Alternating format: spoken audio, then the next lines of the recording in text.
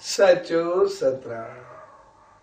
सच सतराम ने फरमाया कि जाहिर व बातन यानी अंदर और बाहर एक जैसा जीवन जीने वाले हर जगह इज्जत पाते हैं।